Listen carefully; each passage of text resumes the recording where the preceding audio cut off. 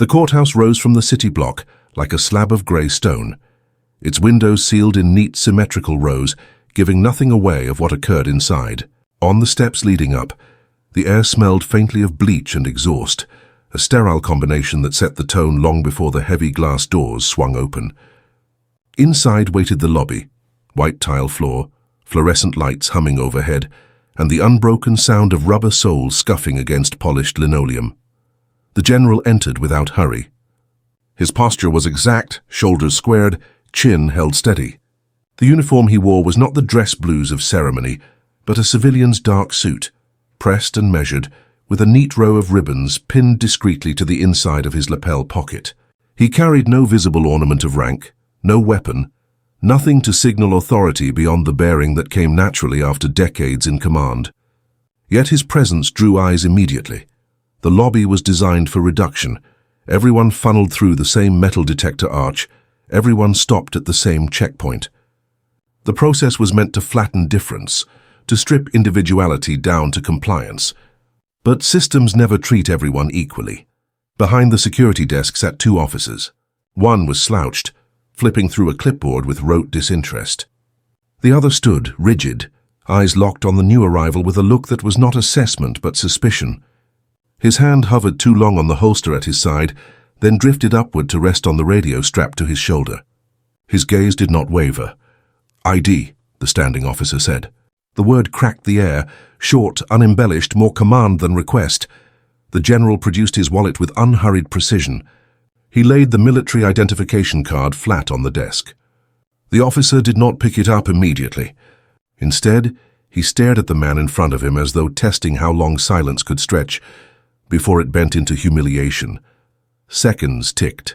Fluorescent bulbs buzzed overhead. A family of three waited behind the general, shifting uneasily.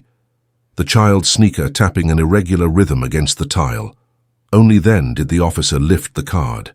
He studied it too long, flipping it once, twice, his mouth tightening as if the words printed there carried an insult he could not name. "You military?" His tone carried mock surprise, though the card announced it in bold lettering. "Yes." The general's voice was calm, clipped. "Nothing further." The officer glanced up again, this time with something sharper in his stare. "Active?"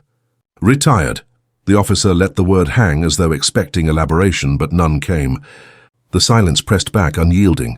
Finally he returned the card, dropping it not into the general's hand but flat onto the counter, forcing the man to reach down to take it. The gesture was small, but it was deliberate. "Empty your pockets." The general removed his keys and phone, placing them in the plastic tray. The officer's eyes followed every movement. The other guard at the desk, still half distracted with his clipboard, finally looked up, sensing the tension, then quickly looked away. The metal detector loomed ahead, its frame a dull grey arch humming faintly. Everyone had to pass through it.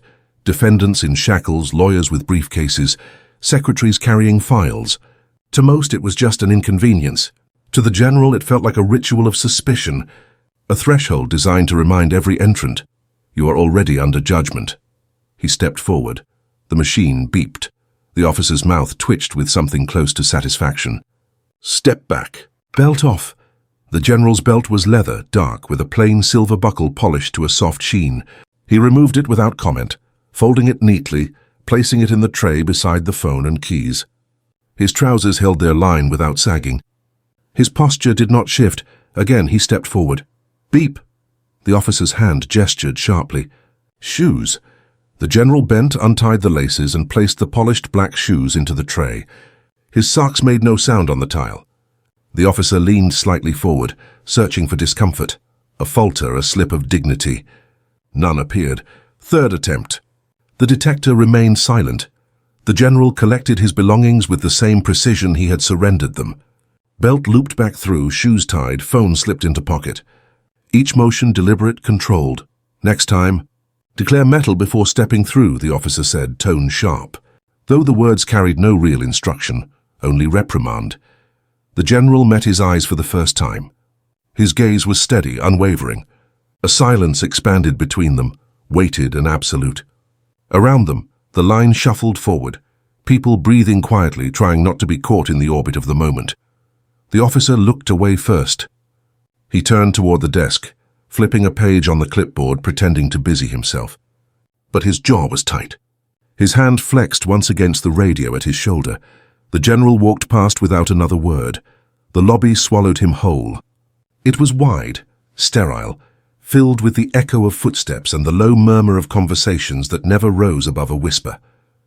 On the far wall, an American flag hung limp from its pole, unmoving in the still air. Beneath it, a seal of the court carved in bronze stared down at everyone entering, as if to declare impartiality in letters too polished to be believed. The general crossed the floor, his shoes now clicking softly against tile. Every step carried a measure of control, not hurried, not slow, but precise. Behind him, the officer's stare lingered like a hand pressing between the shoulder blades, unseen yet palpable. At the elevators, he paused, waiting. The doors opened with a metallic sigh. Inside, the walls were mirrored, reflecting his image back at him. Tall, composed, dressed in the plain armor of civilian attire. Yet the reflection carried a distortion. The harsh lighting overhead bent the lines of his shoulders, stretched the face, softened nothing. It was as if the institution itself had reshaped the glass to make all who entered appear less whole, less human. The doors closed. Silence descended inside the lift, broken only by the slow, mechanical ascent. The general's eyes did not leave his own reflection. The machine rose floor by floor toward the courtroom where justice was meant to reside. Yet even here in the sterile beginning, the fight had already begun, not with fists or shouts but with scrutiny, delay, and the subtle craft of indignity. The metal detector remained below, arching over strangers still in line, still stepping through, still judged by its indifferent beep. It would continue long after he was gone, swallowing every body that passed beneath it, a silent gatekeeper of suspicion. The courtroom was a chamber of order, designed less for comfort than for control. The air smelled faintly of varnish and old paper, as though history itself had been sealed into the wood grain of the benches. Light from the fluorescent fixtures fell in hard angles, exposing every face without kindness. Nothing was hidden here, and yet so much was unseen. The general took his place in the gallery. The wooden bench pressed unyieldingly against his back, polished smooth by decades of bodies forced to sit in silence. It was not built for rest. It was built for waiting. Around him people shifted, fidgeted, their movements small but constant, shoes tapped against the floor in uneven rhythms, an unintentional chorus of impatience. At the front, the judge presided from an elevated bench, draped in black robes that disguised not just the body, but the humanity beneath. His voice carried across the chamber with the cadence of procedure, each phrase punctuated not with passion, but with rote finality. He spoke not to people, but to process, his words absorbed by the record, his eyes barely touching those he addressed. The attorneys performed their roles like actors, bound to a script too rigid to allow improvisation. Their suits blended into one another, grey, navy, black, as if colour itself was an intrusion into the machinery of law. They rose, spoke, objected, sat. Their voices rose only to be clipped by the judge's gavel, which fell with the same detached rhythm each time. The jury sat in silence, 12 faces lined in a row. They stared forward with expressions emptied of individuality, as though instructed to erase themselves. Some blinked often, some clasped their hands tightly in their laps, but none revealed what they thought. To the general, they appeared less like citizens chosen to weigh justice, and more like cogs locked into a wheel, turning only as directed, and behind it all, against the wall near the entrance, stood the officer from the lobby. His posture was rigid, arms crossed, gaze fixed not on the judge or the attorneys, but on the general himself. The hostility in his stance was not hidden. It radiated, unblinking, coiled as if awaiting permission to strike. He was not a bystander. He was a shadow trailing across every movement, a reminder that even here, inside the chamber of supposed neutrality, bias stood watch. The general noticed it all. He noticed the way the fluorescent light struck the officer's badge, a sharp glint that drew attention again and again, like a flare demanding acknowledgement. He noticed the way the clerk's hands moved quickly over the keys of her machine, transcribing every word, her expression fixed in detachment, as though she were immune to meaning. He noticed the way the judge's gavel rested heavy in his palm, not a symbol of balance but of command. His eyes lingered on the jurors. The faces told stories they did not intend. One man's jaw clenched tight with a private anger, a woman's eyes darting often toward the clock, another juror's foot tapping softly, endlessly as if he longed to be anywhere but here. These were not impartial observers. They were people with lives outside this chamber, with histories that clung to them no matter how hard the court demanded they leave them at the door. The general sat still, his hands folded loosely in his lap. Silence was his shield, posture his defense. He gave nothing away. Yet inside his thoughts turned with clarity. He knew that this room was less a sanctuary of justice than a theater of legitimacy. Rituals meant to convince the public that fairness existed, even when its absence was plain. The proceedings droned on. Cases were called, motions argued, objections raised. Each voice echoed against the high ceiling, flattened by the acoustics into something less than human. The fluorescent lights buzzed relentlessly, their glare stripping warmth from every gesture.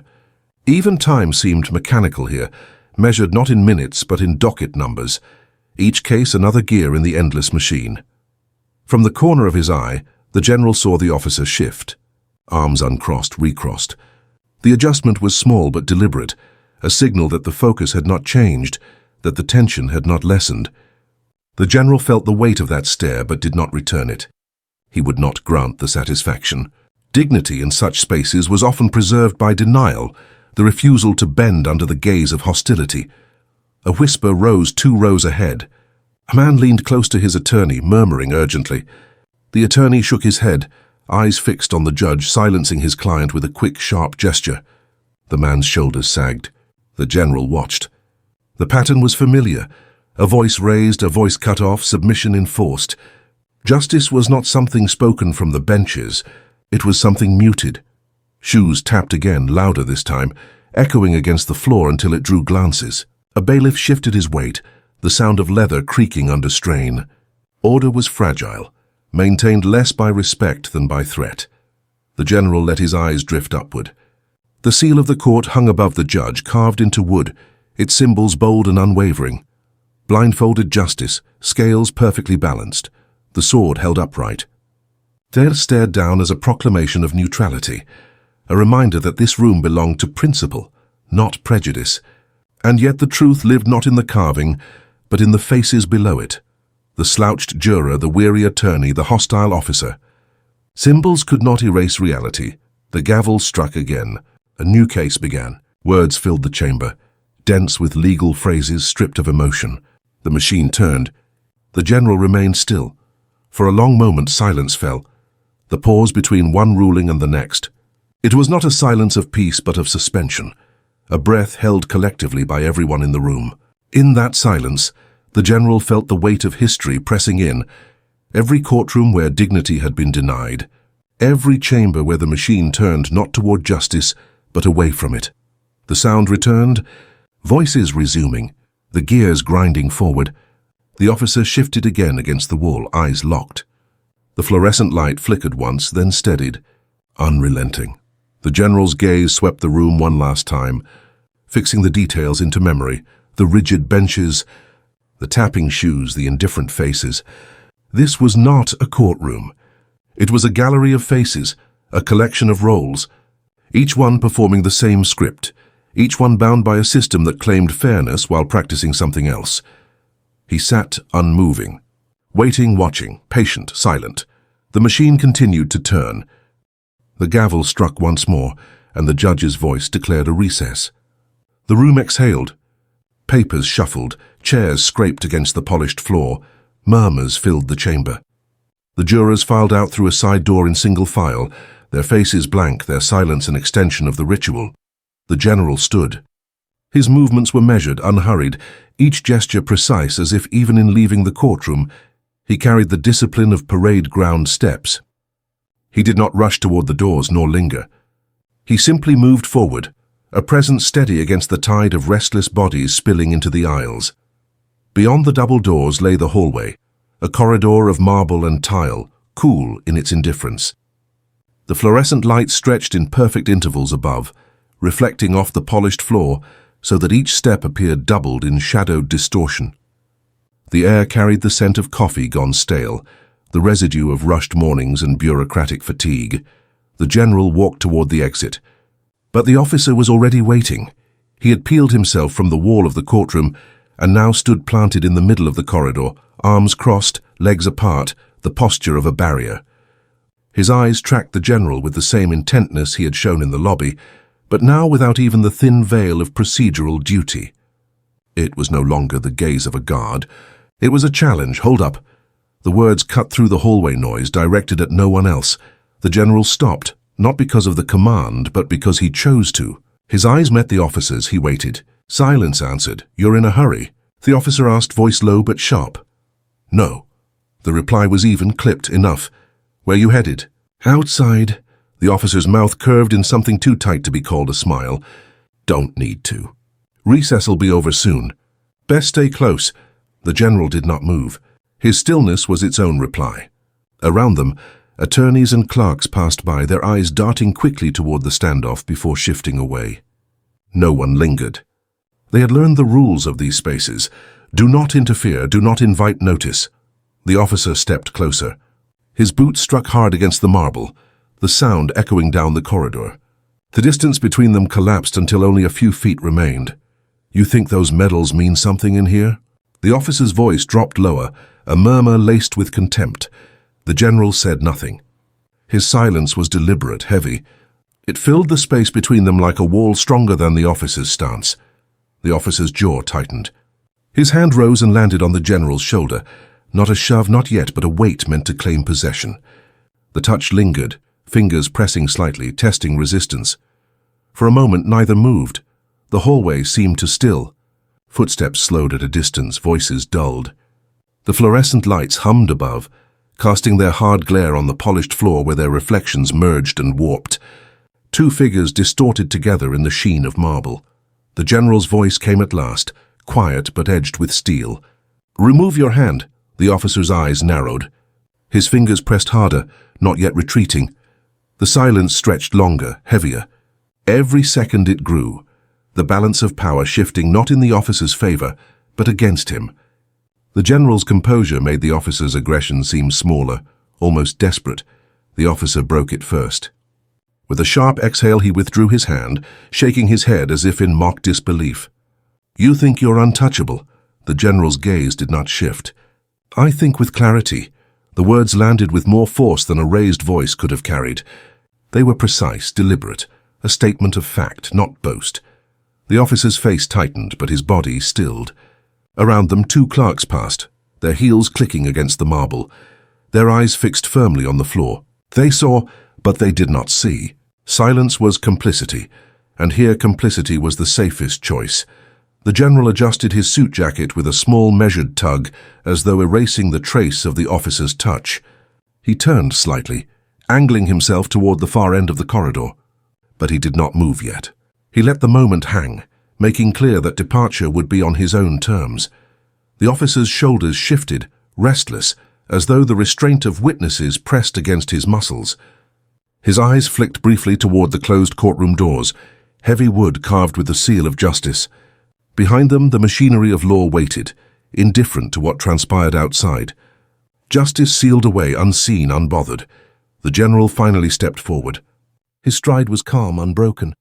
He passed by the officer without brushing against him, without even a glance. The refusal to acknowledge was sharper than confrontation. The officer turned slightly, watching him go, jaw clenched, posture still coiled. The tension did not dissolve. It only retreated, simmering, storing itself for later. The hallway swallowed the moment. The polished floor continued to reflect distorted images of those who walked across it, bending every figure into something less than true. The fluorescent lights burned cold and steady, indifferent witnesses. The general reached the far doors. His hand touched the cool metal of the handle, pausing briefly. He did not look back. He did not need to. He knew the stare still burned behind him, coiled with hostility, waiting for another chance. The doors opened, and the sound of the city beyond seeped in, muffled traffic, the distant hum of life continuing outside the courthouse's rigid order. He stepped through, carrying with him not the weight of the officer's hand but the clarity of his own restraint. Behind him, the doors swung shut, sealing the courtroom once more in its own insulated world. The echo reverberated down the hallway, a reminder of the boundary between what the system claimed and what it concealed. The courtroom resumed with the same ritual precision, as if nothing in the hallway had occurred. The judge returned to his bench, robes flowing with manufactured gravity. Attorneys shuffled papers. Jurors filed back in silence. The clerk adjusted her machine. The gavel struck once. A hollow sound of order restored, but tension had followed the general inside. Silent, invisible, alive, he took his seat again in the gallery. Posture straight, hands folded loosely in his lap. His eyes remained forward, unflinching, though he could feel the officer behind him. The presence was not distant. It pressed against him, a shadow standing at the edge of vision. The hostility that had simmered in the lobby and burned in the hallway now quivered at the threshold of eruption. The proceedings droned on. Legal terms fell into the air like dust, weightless, meaningless to all but the record. Yet beneath the monotone voices, another rhythm pulsed. The sharp intake of breath from the officer, the restless shifting of boots against tile, the subtle scrape of leather as muscles coiled beneath a uniform. The general remained still. Stillness was his armor. But silence, too, could be provocation. Then it broke. The officer moved, sudden, reckless. His hand clamped down on the general's shoulder, harder this time, not restraint but possession. Before words could rise, the shove came. A violent jolt forward, meant not only to displace but to humiliate, to collapse the posture of dignity in full view of the court. The gallery gasped. The sound spread like a wave through the chamber. The clerk's fingers froze above her keys. An attorney rose halfway from his chair before sinking back down, eyes wide but body still. The general did not stumble. His body absorbed the shove, rooted as though the bench beneath him had fused with bone. Slowly, deliberately, he rose to his feet.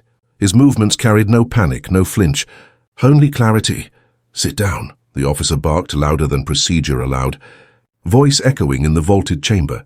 The judge lifted his gavel, mouth opening in shock, but no sound came.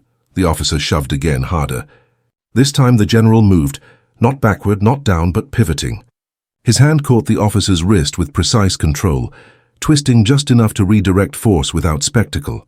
The officer staggered, the aggression inverted, his body turning awkwardly in the space where dominance had been intended.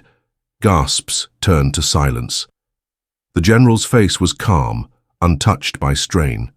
He did not strike blindly. He moved with the discipline of a soldier, measured, exact, every gesture purposeful. His free hand guided the officer back a step, posture unbroken, stance unshaken. The officer roared, more animal than human, and lunged again. But the general was faster, not with speed born of rage, but of training honed into instinct. His elbow shifted, his stance angled, and the officer's momentum carried him off balance. In a single, controlled motion, the general redirected him down onto the polished floor.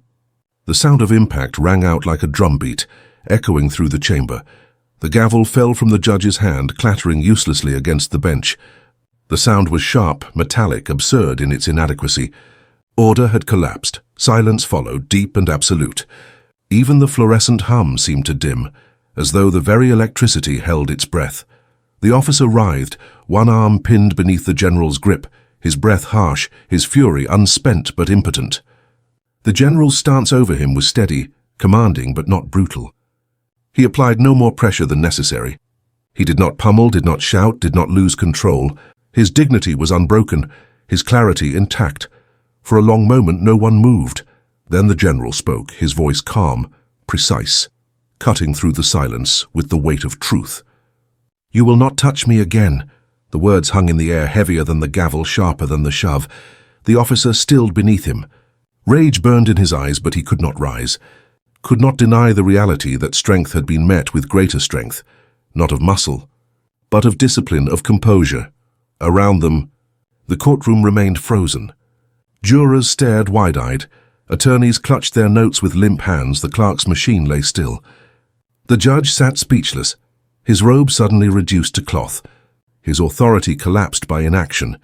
The silence broke at last with hurried footsteps, other bailiffs rushing forward, their radios crackling, their voices rising in dissonant commands. But even as they moved, they hesitated, caught in the gravity of what they had witnessed.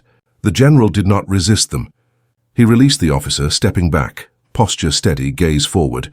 The officer scrambled upright, humiliated, his breath ragged, his face flushed with fury. Yet he did not lunge again. The balance had shifted irreversibly. His violence had been exposed, and the room had seen it answered, not with chaos but with clarity. The general adjusted his jacket. The motion was simple, but it carried the weight of ritual, as though he were restoring order not to his clothing, but to the very idea of dignity. His shoulders straightened, his eyes met no one's, yet the entire chamber felt his gaze. The courtroom held stillness like a wound. The sound of the gavel rolling on wood, finally coming to rest, seemed louder than any voice. It was the sound of authority lost, of order collapsing beneath its own pretense.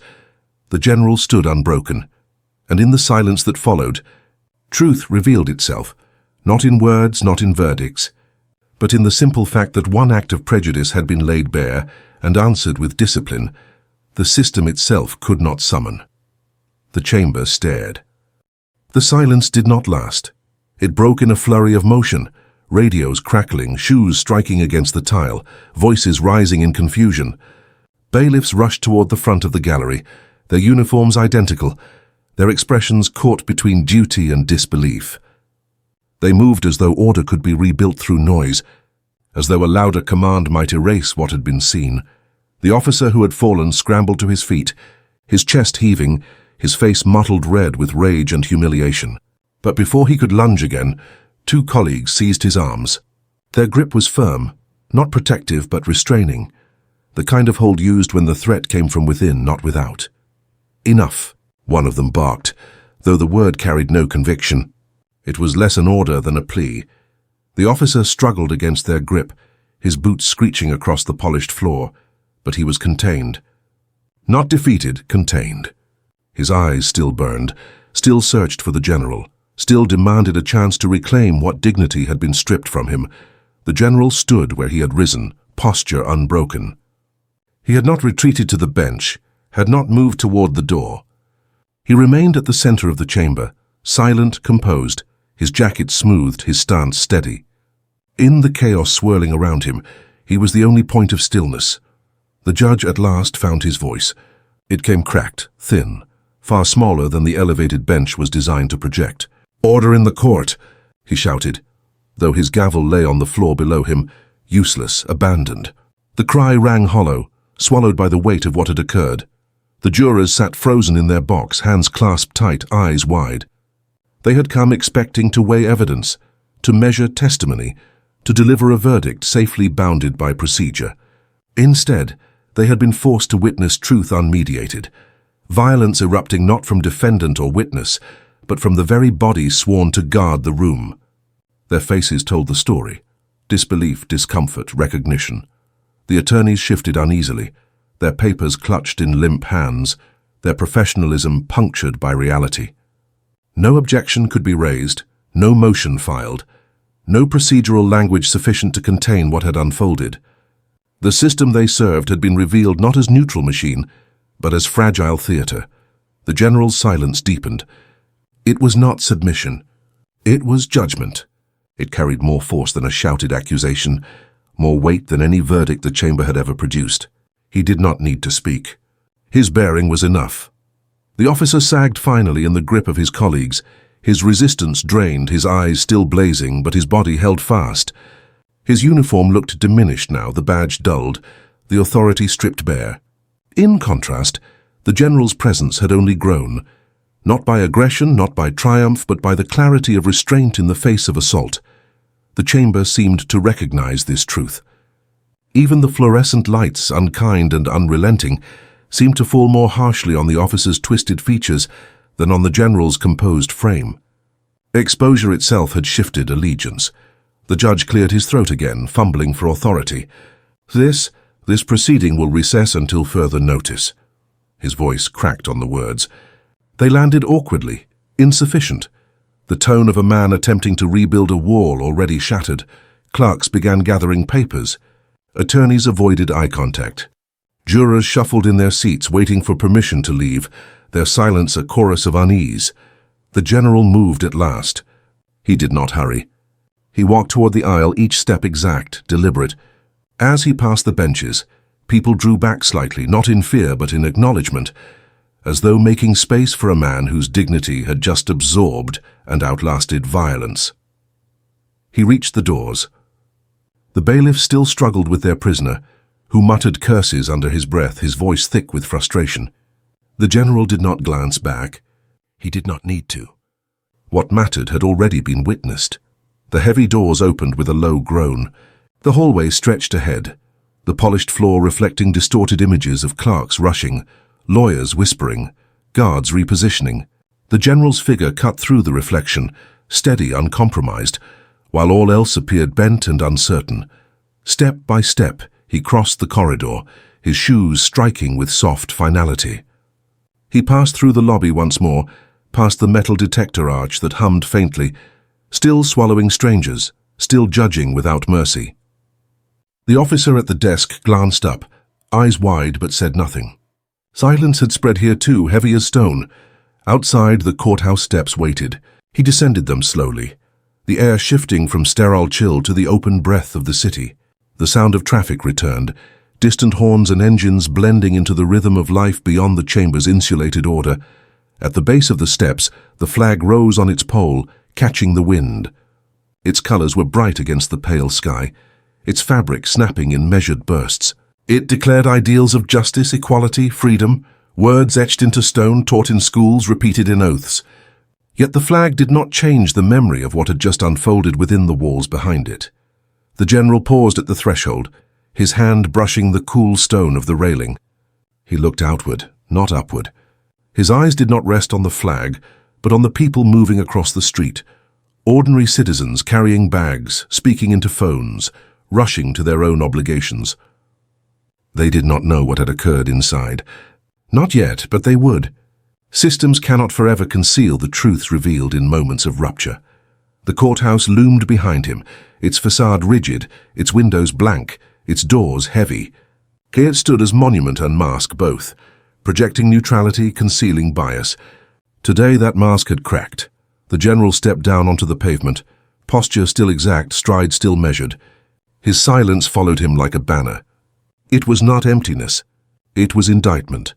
Behind him the flag snapped again in the wind, bright and bold, fluttering above a building that had failed its own promise.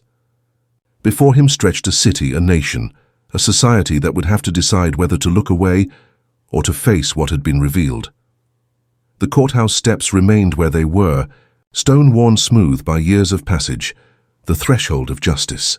But today, as the doors closed and the silence lingered, they felt less like entry to fairness and more like the edge of a wound. The nation held its breath.